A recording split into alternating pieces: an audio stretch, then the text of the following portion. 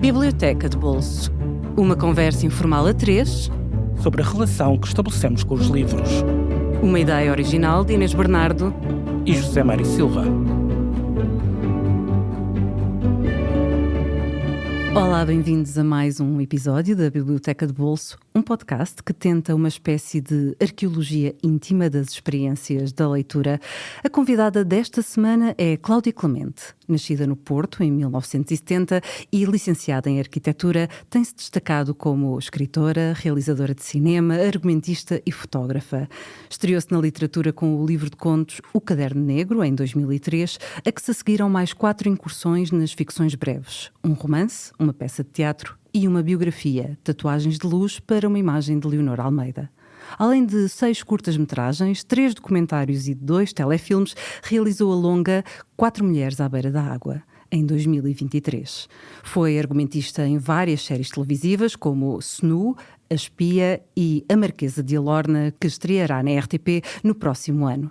Na sua mais recente exposição de fotografias, Plastic Bitch, prossegue um trabalho de autorrepresentação na linha de uma Cindy Sherman, servindo-se do seu corpo como suporte e tema, ou como ela diz, matéria-prima para a criação de personagens, que neste caso são espelhos de uma sociedade hiperconsumista. Muito obrigada, Cláudia, por teres aceitado o nosso convite. Bem-vinda. Obrigada, eu que agradeço. E vamos começar com uma autora que, a certo momento da história, ali nos anos 50, em Portugal, foi tida como uma das grandes novas vozes da poesia, era tida até como uma grande poeta e, de repente, o nome dela desaparece, não é possível encontrar os livros dela e a minha pergunta é exatamente como é que de uma desaparecida tu chegas à Leonor de Almeida e a este rapto. Ok, então foi uma história engraçada, acho eu. A minha mãe sempre me disse que eu devia estudar um bocadinho a Leonor de Almeida e escrever sobre ela, perceber quem ela era, porque ela, a partir dos anos 60 tinha desaparecido e ninguém sabia o que era feito dela. Mas a maneira como ela me pôs a coisa não foi assim muito, na altura não me pareceu muito apetecível, porque ela disse, aquela senhora escrevia poemas e era a esteticista da tua avó. E eu comecei logo a pensar, ok, aquelas senhoras coitadinhas, não é assim, ao domingo à tarde, nas horas vagas, mas foi preconceituoso da minha parte, porque na verdade a senhora, além de ser uma excelente esteticista, era uma excelente poeta. E foi enfermeira também, não é? Foi enfermeira visitadora, era aquela figura do Estado Novo que iam visitar as pessoas e dar aulas sobre saúde infantil, materno-infantil e tal. Uma pessoa muito válida, mas eu na altura não liguei nenhuma, e só depois, quando a minha mãe morreu, e eu, como parte do processo de luto, herdei um quadro, esse quadro tinha sido vendido pela Leonor de Almeida, eu achei aquilo tudo muita coisa, e pensei, pronto, vou tentar descobrir quem é a senhora. Minha mãe tinha dito que ela, de facto, fazia parte da antologia da Natália e também da poesia erótica e satírica, sim, não é? Sim, e do Meli Castro, então eu pensei, bom, esta senhora não há de ser assim tão má, valha-me Deus. Para ter entrado nessas antologias. Não é, sim. quer dizer, então fui lá e fiquei desolada por não ter aproveitado quando a minha mãe estava viva para falar mais sobre ela e pelos meus preconceitos parvos, porque os poemas que lá estavam eram incríveis. Eu pensei assim, como é que uma pessoa em Portugal, existia uma mulher em Portugal nos anos 50 a escrever assim, a escrever de uma forma sensual e erótica mesmo, em alguns poemas, e desabrida, não tinha pejo na língua, e eu pensei, meu Deus, eu tenho que descobrir mais sobre ela. E não consegui, porque na net não havia nada, aparecia só, como ela tinha o mesmo nome da Marquesa da Alorna, aparecia só essa Leonor de Almeida, que fiquei cada vez mais intrigada. Fui a alfarrabistas, nada, não havia nada, nas livrarias nada. Mas a tua mãe tinha o livro, a minha mãe não tinha nada, zero, só tinha, sabia dela, antologias, tinha as antologias e tinha um quadro que ela pelos vistos tinha vendido à minha avó num momento de aperto, e era um quadro surrealista. O que tu tinhas lido era das antologias, os poemas que estavam nas antologias. Comecei a fazer uma busca, pensei, ok, se calhar cá em Lisboa, pronto, vamos ao Porto, onde ela era, pode ser que eu tenha mais sorte. E de facto, depois de vários alfarrabistas, consegui encontrar um que sabia, conhecia, e tal, eu tenho aqui um, e apareceu-me o rapto, que foi assim um milagre, cair do céu, de repente, uau, o que é isto? E pronto, foi o início de uma viagem insana. Está aqui o rapto. Exato, e é um livro também, um objeto livro muito lindíssimo. Bonito. É porque a capa é do Fernando Lanhas, aquilo é tudo, é mesmo cuidado até ao pormenor, é muito bonito, muito bonito. Portanto, tem várias camadas de significado para mim. Foi o fio que começaste a desenrolar da vida desta mulher. Exato, foi o princípio desta tal viagem insana ao longo de, 3, 4, 5 anos, já não sei, da minha vida, atrás da Leonor. que depois tinha tido todo o cuidado de apagar o rastro, porque mesmo na antologia da Natália já dizia que ela publicou 4 livros, até 1960, portanto publicou em 47, 50, 53 e 60, e em 60 desaparece e cala-se para sempre. E perde-se o rastro dela para a Dinamarca, algures. Portanto, eu fiquei curiosíssima. Bem, fiz de tudo. Eu chateei o consulado, a embaixada na Dinamarca. Fiquei amiga, entretanto, da Adida Cultural, porque já não me podia aturar. Às tantas resolvi que se calhar é melhor ficar minha amiga, porque é mais fácil de gerir, não é? Já tínhamos que conviver. Mas consegui reconstruir, pronto, mais ou menos o percurso todo. E ela quis desaparecer? Ela quis desaparecer. Ela morre em Lisboa, no Lumiar. Ninguém sabe quem ela é. E no prédio onde ela morou nas últimas décadas de vida, ela não era conhecida como Leonora, era a Dona Márcia. Era uma senhora que usava peruca quis e era apagar a sua massagista. identidade. Sim, ninguém sabia Ela que era quis uma apagar poeta a sua identidade totalmente. Ela desapareceu. Eu tenho a ideia que ela tinha incrível. muitos papéis que foram deitados fora, não é? Isso uma, Isso é foi uma dor de é alma. uma Eu tive dor. várias dores de alma no percurso deste. Não sabemos o que é que estaria ali. Eventualmente até poderiam estar outros livros, não é? Sim, inclusive livros que lhe foram oferecidos, por exemplo, pelo Alexandre Pinheiro Torres, que foi marido Com quem dela, esteve casada. Pois. com dedicatória, não sei o quê, estavam a ser deitados ao lixo. E o filho da porteira recolheu-os, achou que eram bonitos e tal, e guardou-os, e depois ofereceu-nos. Quer dizer, 40 anos depois. Mas os papéis, se calhar, não. Os papéis foram para o lixo. É horrível. Porque o filho vivia na Suécia, o único filho, portanto acho que veio cá buscar quadros, mobília, joias, coisas assim que achou minimamente interessantes, e o resto tudo para o lixo. E a família, o filho tinha consciência de Acho que não, acho que nunca a levaram a sério como poeta. O sobrinho, sim, eu depois conheci o sobrinho, que é um senhor extraordinário, um amor de pessoa, que me deu algumas fotografias dela, que me permitiu recomeçar, quando eu achei que já tudo estava perdido, e deu uma outra visão da Leonor. Mas o filho não. Eu falei ao telefone uma vez com o filho e decidi que nunca mais iria contactá-lo, porque ele só se quis saber se havia dinheiro naquilo. Se havia dinheiro. Okay. Fiquei tão triste, foi assim mesmo acima da dor de alma. Ainda por cima, ela era uma autora muito singular, porque, como diz a Ana Luísa Amaral no prefácio ao livro que recolhe a poesia completa dela, ela não se encaixa em nenhum movimento. Ela tem elementos do neorrealismo, outros do presencismo, outros do simbolismo. É um ovni. É um objeto. É um ovni, não é? Exatamente não isso. É? Não se percebe como é que ela aterrou aqui, não é? No Porto dos anos 50. Mas tão depressa como aparece, é quase mais que um ovni, é um cometa, não é? É um cometa, tal e qual. Foi rápido, cruzou o céu e foi. É isso, cruza o céu e tu nunca mais voltas a ver, e se não preservas a memória, é esquecido. Claro, e eu andei atrás desse rastro, agora imagina. E se não fosses tu, estaria mesmo completamente esquecido. Infelizmente que tu resgataste. Um pozinho das estrelas. Exato. E depois desta obsessão que te moveu durante 4, 5 anos, é uma autora à qual continuas a regressar? De vez em quando, por exemplo, este Rapto, eu gosto de o ler, porque é um único poema, não é? Um poema de várias dezenas de páginas. É um livro de poema. E é muito bonito, e é muito forte, e é uma caminhada na noite. Uma mulher a caminhar na noite. E eu às vezes gosto de lá voltar. Os outros nem tanto. Eu gostava de ter tempo para ler todos os livros que, sabes, já estou com uma alma de negreiros. Não vai dar a vida toda para os que eu tenho nestas estantes. Portanto, mesmo os que eu gostaria de revisitar mais vezes, já não consigo, tanto quanto gostaria. Mas seria certamente uma que eu revisitaria mais. Sim. E há um lado um bocadinho triste deste apagamento. Se calhar no caso dela foi voluntário, mas há outras mulheres e muitas escritoras que foram completamente esquecidas, portuguesas, do século passado e mais ou menos da mesma época.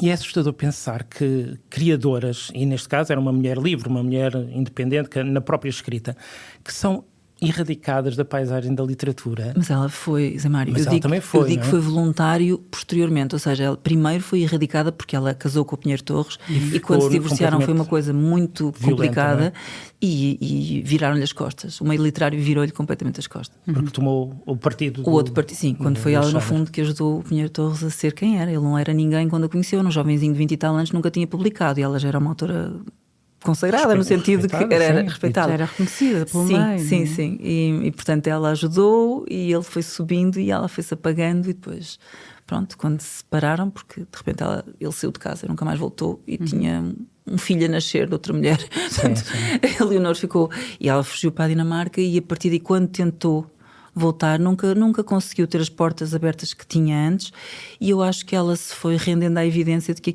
aquela fase da vida dela tinha morrido, não é? Tinha acabado morrido para ela. É muito triste, sim. Portanto, eu não sei se ela voltou a escrever. Eu não acredito que ela tenha passado tantos anos sem escrever, 20 anos sem escrever, é impossível. Para alguém que escreve porque tenho de escrever. Agora, acredito que tenha deixado de publicar. E, portanto, depois, quando assumiu a outra identidade, acho que foi para não se... Eu acho que para não se frustrar mais, sabes? Mas pronto, mas o primeiro apagamento não parte dela. Sim, Pois, sim. exato. E para ti isto é uma história fechada ou ou ainda podes vir a fazer, sei lá, um documentário sobre isto? Eu concorri ao ICA para fazer um documentário, na altura entusiasmei-me imenso e queria muito fazer o documentário, mas depois, como não foi apoiado o projeto, mais uma vez, há tantos outros que tenho para fazer, pensei assim, pronto, olha, vou tentar outro. Este se calhar um dia, quem sabe. Pronto, ela também já aguentou 5 décadas de esquecimento, pode aguentar. Exato, quem sabe. Se calhar, passando para o teu segundo livro, é um conto lindíssimo da Marguerite Yourcenar, de inspiração oriental, chinesa, tem um lado meio de filosofia quase zen, e eu por acaso li em francês, e o livro que tu trazes é traduzido por um excelente poeta, Luís Miguel Nava, mas porquê é que trouxeste este conto? Pronto, e já vamos ver a seguir que tu gostas muito de contos, não só os escreves, mas és uma grande leitora de contos, mas porquê este em particular? Este em particular, então, este conto faz parte de um conjunto de contos, um livro chamado Contos Orientais. De Marguerite Yourcenar. Sim. Esta vez disse, eu não me esqueci de dizer. E a minha mãe ofereceu-me este conto em particular quando eu fiz, exatamente no dia em que eu fiz 16 anos. Eu estava fora, estava em Inglaterra, e ela enviou-me pelo correio e eu recebi com uma cartinha.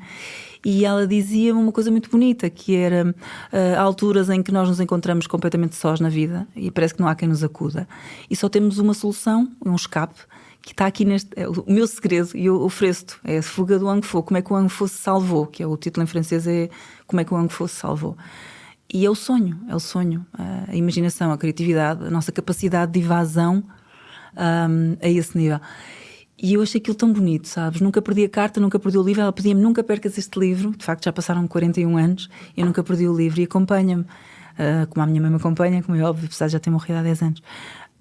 E então, especificamente este, eu posso resumir a história. A história Sim, é linda. Muito simples, não é? Muito linda. simples, é muito simples. Portanto, na antiga China há um pintor maravilhoso, que é o Wang Fu, que um dia está a pintar e vem buscá-lo para ir ter com o imperador. A guarda vem buscá-lo e prendê-lo. E quando ele fala, vem seguido pelo seu fiel discípulo, e o imperador diz-lhe: olha, Wang Fu, eu cresci num palácio todo decorado, as paredes estão todas pintadas por ti, e eu cresci a acreditar num mundo maravilhoso, que eram as tuas pinturas. E quando me tornei imperador e pude sair lá para fora, vi que o mundo não é nada disto. O mundo é feio, as pessoas são más, isto é tudo um engano. As próprias nuvens não são tão bonitas como as tuas. Nada é tão belo como tu pintas. Portanto, eu vou-te tirar os olhos e vou-te mandar matar. E ao ouvir isto, o discípulo tenta salvar o mestre e avança para o imperador. E claro que imediatamente os guardas o degolam, pronto. Decapitam. Aliás, é exatamente. como uma flor, é uma corola de uma flor. É uma coisa Depois linda. A linguagem é lindíssima. Sim. Não, é tudo descrito de uma maneira linda. Pronto, e o Wang Fu, coitado, lá fica a chorar, e o imperador diz: mas antes de morreres, ainda vais acabar um mural que está aqui. Tipo, ainda tens mais uma última coisita. Tinha ficado incompleto, não é? Inacabado. Sim. Era inacabado. E era um mar, era uma paisagem marítima. E ele aceita, claro, não tem como não aceitar, começa a pintar, e à medida que ele começa a pintar o mural, começa a subir a água na sala. E às tantas ele, estava tão embrenhado que nem dá conta, começa a subir, de repente já estão os cortesãos e o próprio imperador já só com a cabeça de fora, e ele pinta um barquito, começa a aparecer lá ao fundo, e de repente o barquito aproxima-se e é o discípulo. E o discípulo diz: suba, mestre, suba. Ele sobe para o barco, mas vamos deixar que eles se afoguem. Não se preocupe, estas pessoas não foram feitas para morrer afogadas dentro de um quadro. Não se preocupe, mestre. Então ele lá sobe, o discípulo está com uma echarpe vermelha no sítio onde onde tinha sido decapitado. E então eles sobem e afastam-se, e de repente a sala seca, o imperador olha para o lado, está a pintura terminada, e ao fundo tem um bocadinho de espuma, não é?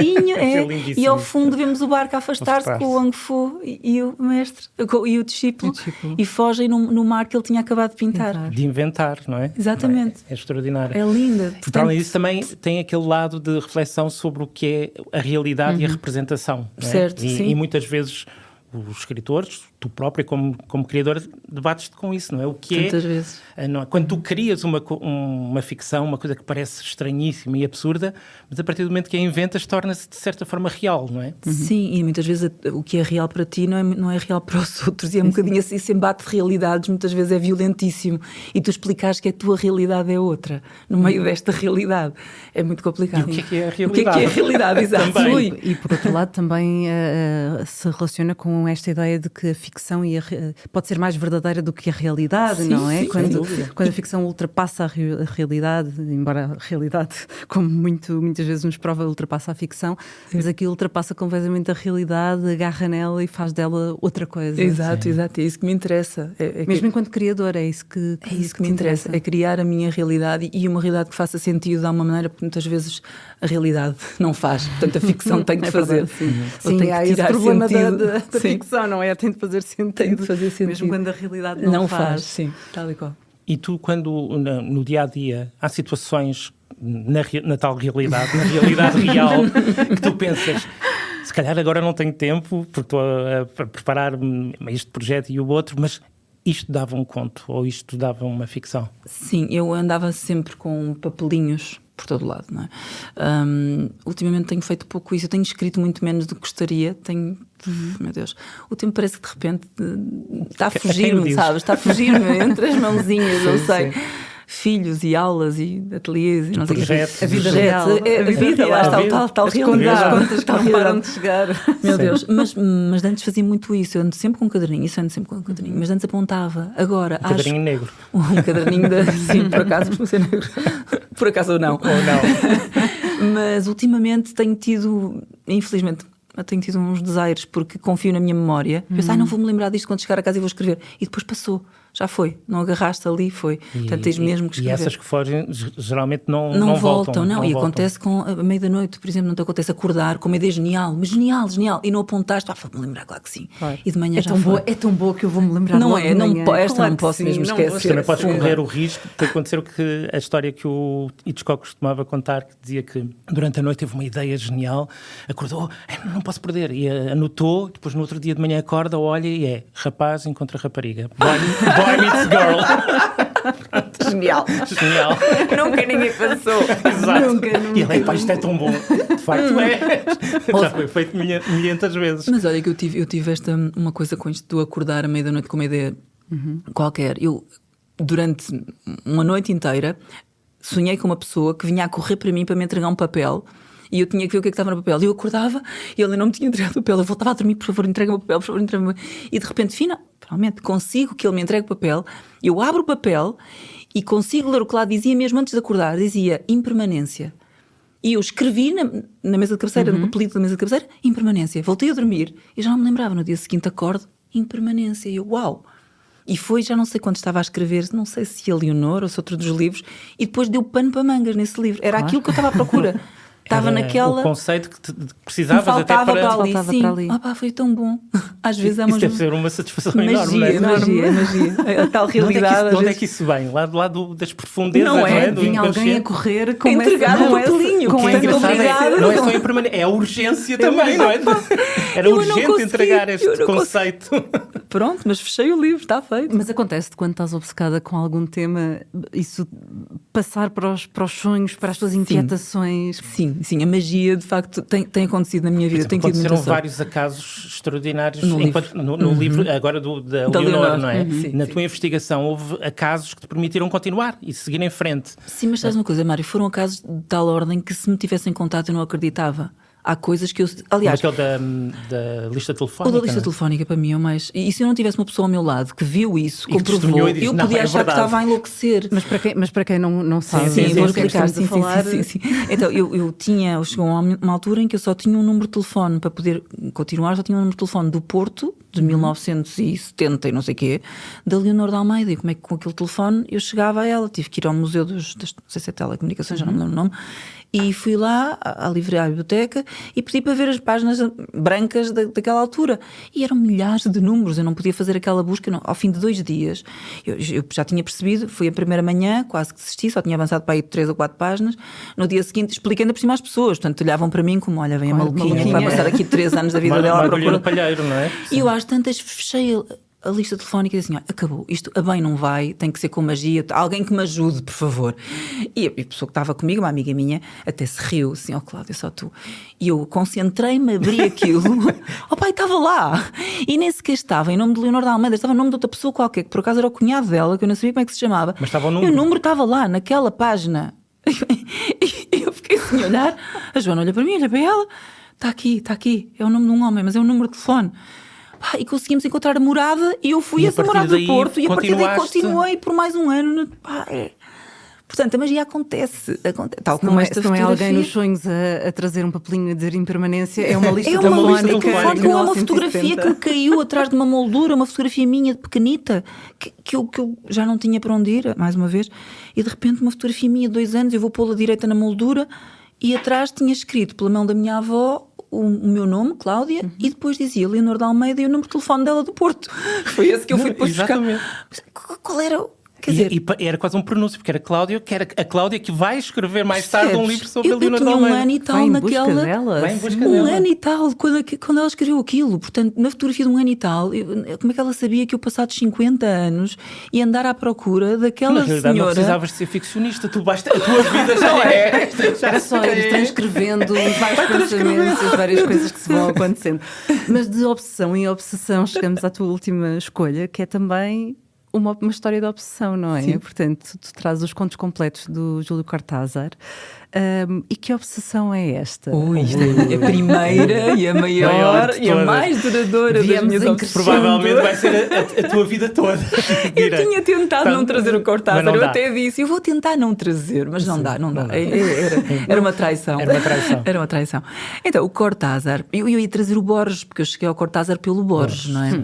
O Borges tem um livro também que é a seria Biblioteca... uma excelente escolha, claro. Digo eu como Borges. Exatamente. Claro. Mas olha, meu Deus, trouxeste o Cortázar, não acredito. Com o Cortázar, é verdade. Uma t-shirt com o Cortázar. Vestiu a camisola, lá vestiu está. a camisola.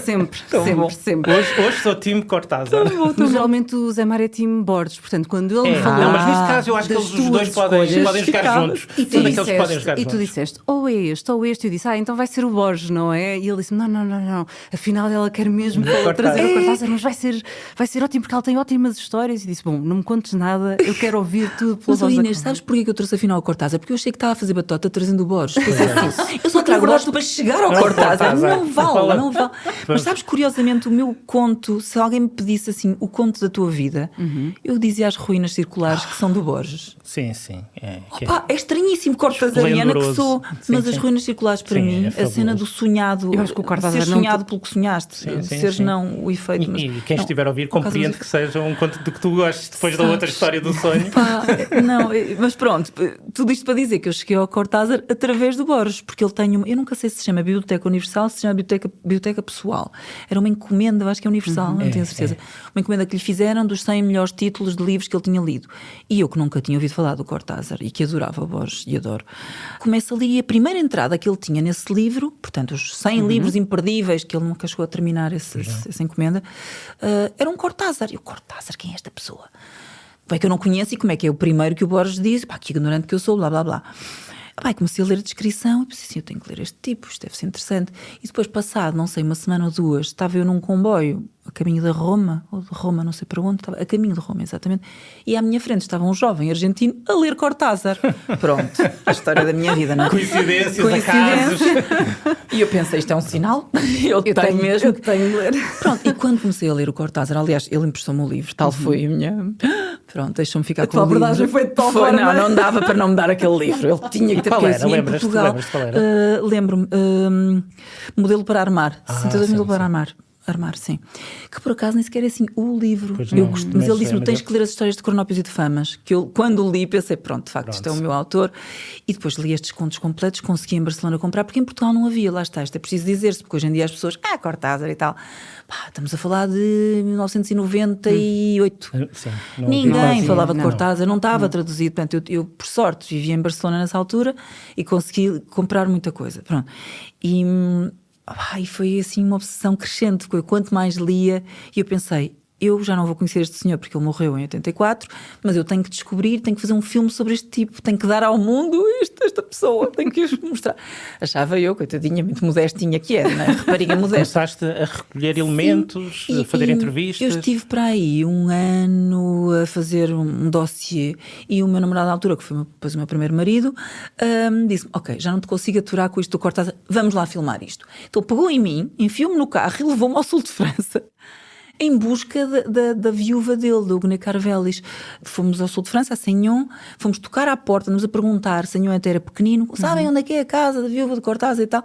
E eu disse, mas quem é que são vocês? E eu com um microfone, sabes, com um gravador e uma camarazinha emprestada, viemos de Portugal para entrevistar a viúva de Cortázar. Começaram-se a rir, mas esta senhora é embaixadora na Unesco, esta senhora não vos vai abrir a porta assim. E eu, pronto, olha, vamos deixar aqui o número de telefone de Bruxelas, onde vamos estar, vamos a Bruxelas filmar a casa onde ele nasceu, não sei o quê. Exatamente. Essa senhora por acaso não, ela vive em Paris, não, vem cá de vez em quando, mas pronto, se puder se contactar convosco, dê-nos o nosso número, nunca se sabe.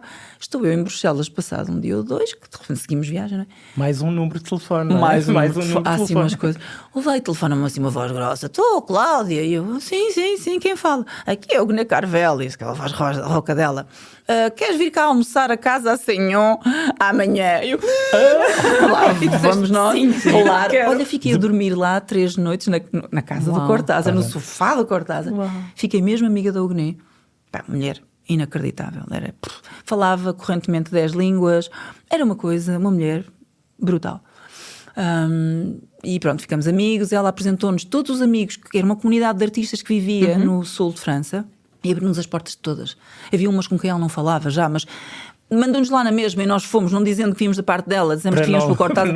Fomos recebidos em castelos, em sítios inacreditáveis. Umas histórias lindas mesmo. Pronto, e eu fui filmando. E tenho esse documentário para montar há anos e depois nunca consegui. Depois sempre que tinha um dinheirito e por exemplo, fui à Argentina filmar o Manuel Antino, que tinha sido um cineasta que fez 3 longas baseadas em histórias do Cortázar. Fui a Londres filmar a Maga, ou seja, a principal personagem do Rayuela existe, a mulher que inspirou a Maga existe e eu entrevistei-a. E Cláudia, pois temos que montar isto, temos é verdade. Montar isso. Temos. Isso não só porque o filme é cronópio, não é? Sim. Vai existir mais tarde ou mais cedo. Mas podias também escrever a história em busca dessa tentativa, a dessa minha ideia é investigação. que esse filme fosse isso. Todos os passos que eu segui, como fiz um pouco com a Leonor, mas filmado. Sim. Portanto, porque mas o Pedro foi-me filmando a mim. Essas histórias. Pois não, e aquela gente que eu conheci. Tens de arranjar tempo no meio das 500 coisas que fazes. Por favor. Cláudia, então, para 2026. Vamos lá Projetos ver. para 2026. Cortázar? Não, Cortázar tem que ser assim. Porque eu também percebo, porque tu queres, vais adiante sucessivamente, porque tu queres que seja aquilo que tu penses, que idealizaste, não é? Sim, mas... Que seja o melhor filme possível sobre o Cortázar, não é? E sabes, curiosamente, eu acho que à medida que uma pessoa vai envelhecendo, vamos dizer, amadurecendo, que é para não me deprimir, a visão que nós temos sobre aquilo, com a distância, vai melhorando, vai-se afinando. Estás menos emocional. Sim. E estás menos emocionalmente envolvido. Tens um distanciamento que te permite ver com mais lucidez aquilo que é bom e aquilo que só gostas muito, mas se calhar não é assim tão bom. E isso é fixe. E é que estavas preso emocionalmente, sim, não é? Sim, isso com os livros também me tem dado... E ao longo destes anos todos também foste sempre relendo o Cortázar, sim, sempre. Mas esse é daqueles que eu não passo sem ler, muitas vezes. E ele exerceu alguma influência, sombra também sobre a tua escrita? Lamentavelmente. Isto é uma pergunta que eu faço sabendo a resposta, não é? Sim. Por muito que me tente...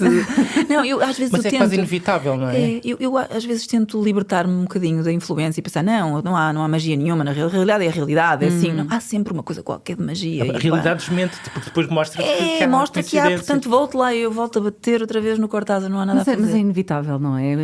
As coisas às quais aspiramos, não é? E há um certo nível de aspiração num autor, num realizador, não é? Numa obra de arte que tu admiras, num criador que tu admiras, há um certo nível de aspiração, não é? Na tua relação com essa obra. Portanto, é inevitável que quando estás a criar, eu vá lá. Já a tua obra, a tua métier o mesmo daquele artista ou não, é inevitável que tu vás lá, que vais buscar essas referências, que vais buscar esses ecos, não é? E sabes, curiosamente, eu agora estou a escrever um livro que espero que saia em 2026, eu não gosto muito de falar das coisas para não dar azar, mas uma das coisas que eu tinha proposto à editora era fazer uma coisa tipo Raiuela, no sentido em que são 3 A livros ordem uns dentro dos é outros. que o leitor quiser E o leitor, seguir. mas não foi aceito, porque as pessoas hoje em dia são preguiçosas e não querem andar para trás e para a frente e poder escolher, querem que a gente lhes dê as coisas Tudo com a nossa certinho, do sugestão princípio ao de... fim, sem... Fiquei um bocado desanimada. Mas tinha piada. Dizer assim, olha, isto pode ser lido como vocês quiserem. Então são 3 livros, uns dentro dos outros. Escolham qual é a ordem que querem ler. Querem ler um, outro. O Ou Cortázar gostaria de certeza. Eu também acho que sim, Não, achei-me de assim um certeza. bocadinho, mas como não dependeu de Sim. mim, pensei assim, olha, a escolha não foi minha, pronto.